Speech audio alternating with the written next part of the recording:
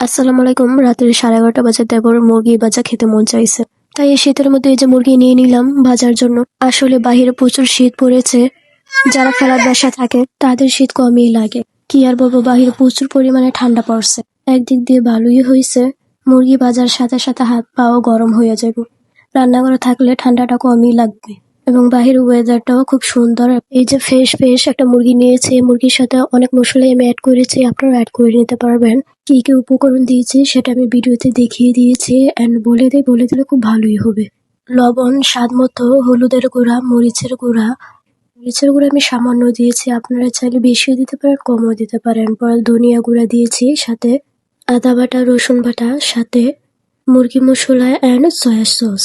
আমার কিছু উপকরণ যেটা আমি সবসময় ইউজ করি সেটাই দিয়েছি, এবং আপনারা চাইলে আরো কিছু অ্যাড করতে পারবেন, নাও করতে পারবেন।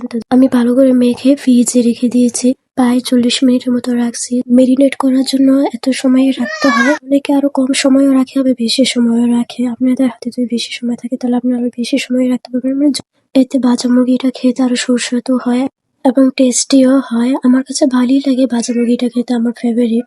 কার কাছে কিরকম লাগে সেটা তো আর আমি জানি না, অনেকেরই পছন্দ এটা। দেখেন 11:30 বেজে গেছে, এত রাত্র হয়ে গেছে যে আমি মুরগিটা ভাজতেছি।